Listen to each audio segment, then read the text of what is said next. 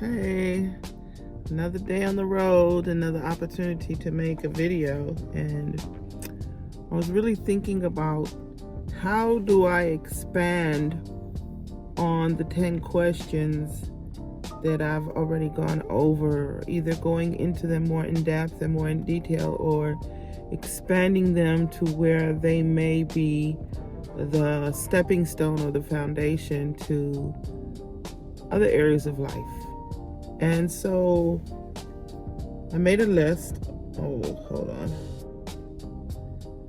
I made a list of different questions based on the questions that I already answered and based on the answers. So let's go for it.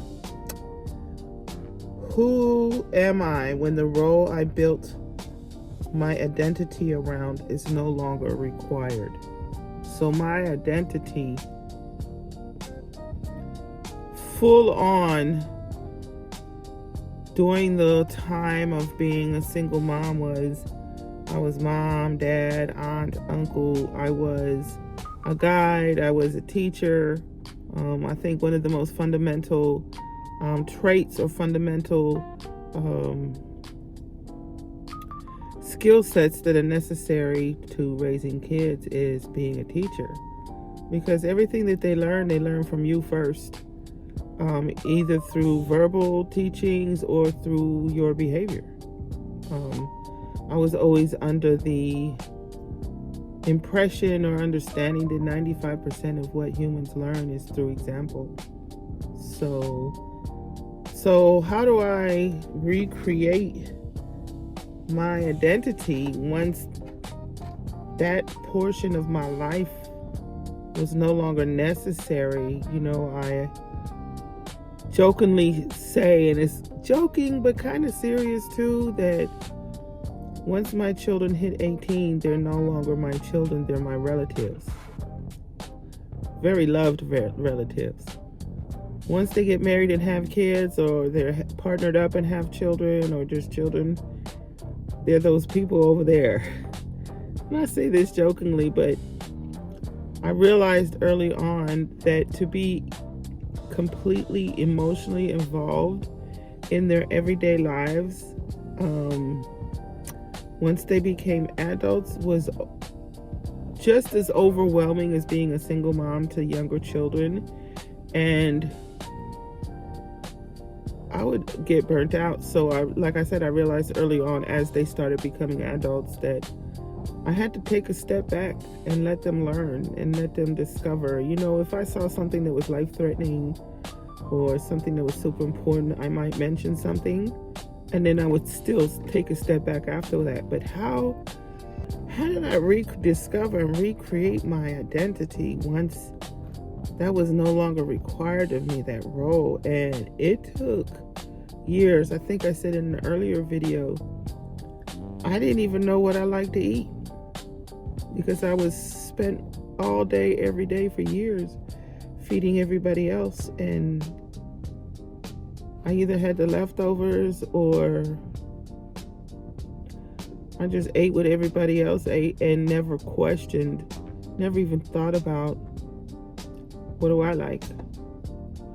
So it took me years and years and years on very basic levels to figure out, what do I like? Do I like the hot? Do I like the cold? Do I like tropical? Do I like desert? Like I said, what do I like to eat? How do I like to dress? Because there was a very, very, very strict dress code, living in a cult. And even internally and mentally, like, who am I? Like, who am I really? What am I willing to compromise on? What am I not willing to compromise on? Today, a couple of years ago, I said, I'm finally at the point where I actually like who I am. Whereas maybe I went through everything that I went through because not only did I not like who I was, or I was programmed not to like who I was and not to be confident who I was, based on the fact that I allowed everybody else to define that for me. And so it was a kind of determination for me to figure out, up until recently, even though I was trying to figure it out and I was put effort into figuring out 90 to 99% of the time, I felt lost. And I may have mentioned this before, I saw a meme that said on Facebook one time years ago, it said, if you're going through hell, don't stay there, keep going. So in my mind, it was like, keep going, keep going, keep going, even though there were times and seasons that it became very, I wouldn't say ritualistic, but very mundane, just doing the same thing every day and waking up and doing the same thing every day, even when I was finished with my former role, my former identity of being wife, being mother, being single mother, being in a cult. And I remember watching this video about a woman that had escaped a cult. She was young when she escaped, and she ended up being a doctor, maybe even a neurologist. And she said, when you're in a cult, you can physically see the manifestation of that in your brain. It shows up like a virus. So it's like a neurological virus.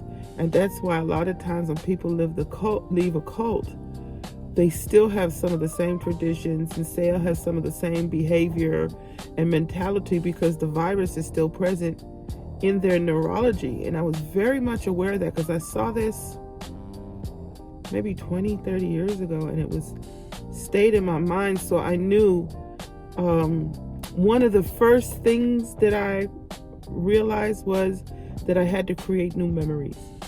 Because anytime I had a conversation with anybody, my frame of reference was what was going on when I was pregnant at that time, what was going on, when I was living through the things that I lived through at that time. So one of the first things I realized was I had to create new memories, so that as time went on, in conversations or thoughts or moments, my frame of reference would not be those particular past events.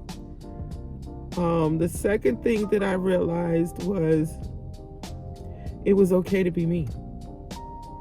My whole life, including my childhood, by certain individuals, I was programmed to think that I was not enough, especially in the cult, that I had to do more, that I wasn't good enough, I was still wicked, I was still evil. If I had any kind of thought that was outside the framework of what the cult deemed righteous or necessary, you were automatically defined as being evil and wicked. And it wasn't so much that the outside world was defining me, it was more so that the outside world or the outside environment that I was a part of programmed me to judge myself.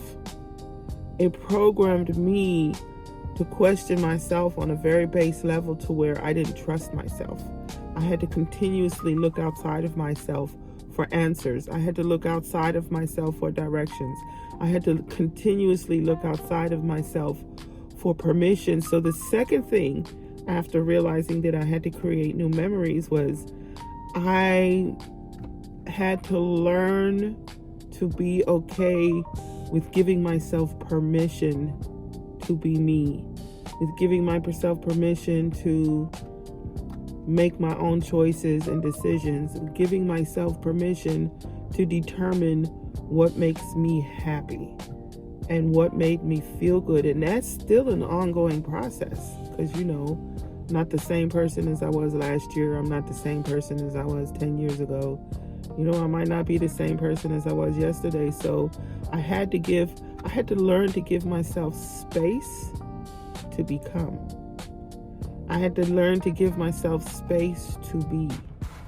And I think more so than looking consciously for being this new identity, I think it was more an unconscious awareness that I had to give myself space to become whoever I was going to be.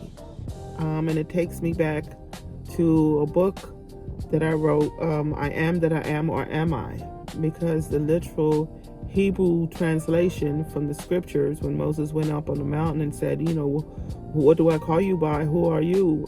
And in English, they say that the I am that I am, but literally in Hebrew, it says, I will be that which I will be. It's written in future tense. So I took that into consideration. And then the third thing, once it became regular, once it became, for lack of a better word, habit, for me to give myself consciously and unconsciously that space to become who I needed to become, the third thing that I focused on was, what do I want to do? Who do I want to be?